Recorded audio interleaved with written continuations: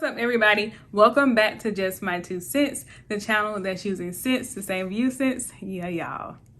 We have a tagline now. We have a tagline. Let's get it.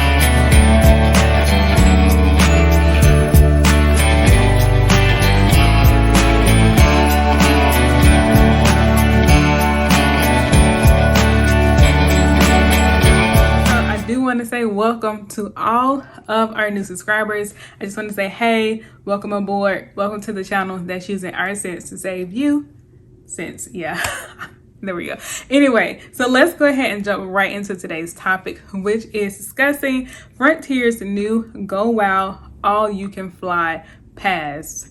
Oh, and one more thing before we get started too. If you haven't already, please go ahead and like, share, and subscribe to the channel. We are really trying to push. We're almost at 500, y'all. We're almost at 500. And you can really help us do it, especially if you're watching this. So go ahead and click it. It's free. Anyway, let's go ahead and jump right into today's topic. And let's start by discussing what is the Go Wow All You Can Fly Pass. What are the benefits of it? And the first benefit that it reads on Frontier's website is that there is an unlimited number of flights that you can fly on. You can fly as much as you would like. Also, their flights are available 300 plus days a year, and you will have access to Frontier's domestic and international destinations. Also, travel will allow you to keep your miles from expiring, which is so important, especially if you are a traveler, but you only travel once or twice a year and you accumulate those miles, but you don't travel enough in order for you to actually get enough for you to get a free flight or upgrade a seat. That is so essential. Also, with this particular pass, there is one low annual price for the pass every 12 months, and you will be able to confirm your bookings the day before the flight departure for domestic travel and starting 10 days before the flight departure for international travel. So those are listed as the benefits of this particular pass.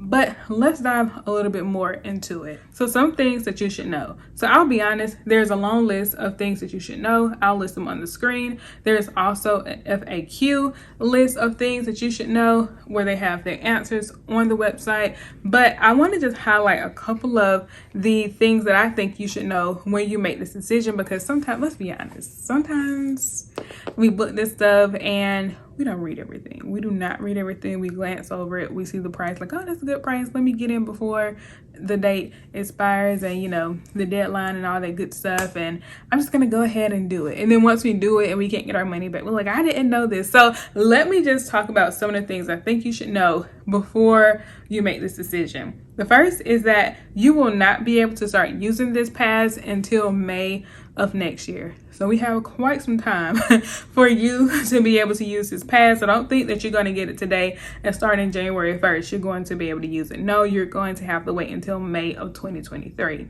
Not only that, but I want to reiterate that you will not be confirmed for your flight until the day before if it's a domestic flight, or 10 days before if it's an international flight. Also, there are blackout dates, and these blackout dates are dates that are usually around the holidays. So if you are a college student, if you're the parent of a college student, if you're a person that lives far away from family or friends, or you think that you're going to use this pass to travel around the holiday season, think again. These blackout dates are around Christmas, New Year's, Labor Day, Memorial Day, Independence Day, pretty much around the big holidays where a lot of people travel. You will not be able to use this particular pass. So that's something that you want to know. So in addition to that, you will have to pay applicable taxes, fees, and charges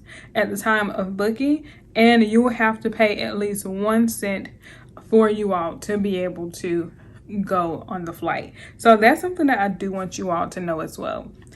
And also something that was kind of confusing to me, I've never flown Frontier before, so if you have, definitely let me know in the comments below and let others know who might be interested but they've never flown Frontier before. What exactly does it mean about the seats? So On here it says that flights do not include any add-on products like bags or seats, but you can still customize your travel. So I understand with the bags, you have to check a bag, it's a fee. Pretty much that's standard for most airlines. However, when it comes down to the seats, are the seats not included? Are they meaning that you have to upgrade a seat? Exactly what does that mean? Because it's giving that it will let you get on the flight, but it's not giving that you will have a seat on the flight. So also, the pass is not transferable. So don't think that if I get this pass or if you get this pass, you can give it to me, I can give it to you, whatever. It's not transferable. So if the pass has your name on it, only you will be able to use it. So if you and your friends are planning to get a lot of tickets to go places and to book a lot of things, then just know everybody will need to have their own pass. So everybody will need to plan accordingly, govern themselves accordingly so that they can get this pass. And right now the pass is $7.99, but that is just an introductory deal for the next couple of days. And once that deal is over with, it is $1,999. That's probably before tax. I'm pretty sure that's before tax. So do I think it's worth it? I don't want to say no for the people that's interested, but right now I'm going to say no. I don't know. I don't think it's worth it right now because it's a lot of what ifs. It's a lot of I need to see how this works beforehand, and I really don't know. So let me give you my top 3 reasons so I don't ramble as to why I don't know. The first reason, it doesn't start until May of 2023. That's a long way. We aren't even in December yet. And you're saying, I could see if they said January 1st. January 1st I can do. I can even do March 1st. But May 1st, that's quite a ways away. So for me, it's going to be a no because I have to wait until May of 2023 to use it. And once it starts on May 2nd of 2023, starting on May 25th, May 26th, and May 29th, they're going to block out dates for May 25th, 26th, 29th. They're also going to block out dates on June 29th, 30th, July 1st through 5th, 8th, and 9th. So within the first 3 months, it's pretty much almost a week or so that I'm not even going to be able to use the pass if I decide to get it. So that's a turnoff right now. The second thing that's a turnoff for me is that your flights are not confirmed until the day before if you're traveling domestically or 10 days before if you're traveling internationally. Now, I work. Most people work. And you have to give your supervisor, you have to give your job, even if you work for yourself, you have to give your clients, you have to give yourself time to get your affairs in order to travel. Most people do. Like, I can understand, oh, I'm about to go travel spontaneously like this weekend. That's different. But during the week, especially if you're traveling for a chunk of days or let's say even a week, you have to kind of make provisions. If you have pets, if you have a job, if you have customers, if you have people depending on you for whatever type of job that you're doing, you have to make provisions. And you can sit here and say, oh, I might take this day off, but a lot of times your employer wants you to kind of confirm that you're not going to be there, and you have to take days off, and it's just too much of an unknown for me. Also, there is really no guarantee that you will get on the flight, because I'm pretty sure if I'm trying to go see a concert that a lot of other people in my city is trying to fly out and go to, for an example, and we're all in the airport and it's 100 of us trying to get on there, but it's also 100 or 200 so people, I'm not sure how many people a flight can hold for Frontier. If we're all trying to get on there, they're probably going to get the people who paid for their ticket, like the full price of their ticket, priority, and then let us get on as the seats fill up. And there is a chance that I might not get on there, so I've wasted hotel fees, because also with domestic travel, I just feel like it's gonna take a lot more than 10 days to plan for that. Because lastly, the third thing for me would definitely be the blackout dates.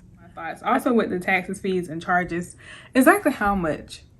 If they could give us like a ballpark of how much those would be, then I would be a little bit more comfortable. But I don't, to me right now it's just too much of an unknown for the pass, and so I would pass on it. If you would pass on it, drop down in the comments and let me know if this is something that you have already purchased or you plan to purchase. Tell us why in the comments below. Personally, for myself, I don't see myself spending $700 or close to $800 or even $2,000 if I decide not to buy it within the next couple of days on something where it's not a guaranteed travel. Until the next time, make sure you go ahead, you like, you share, subscribe, and I'll see you later.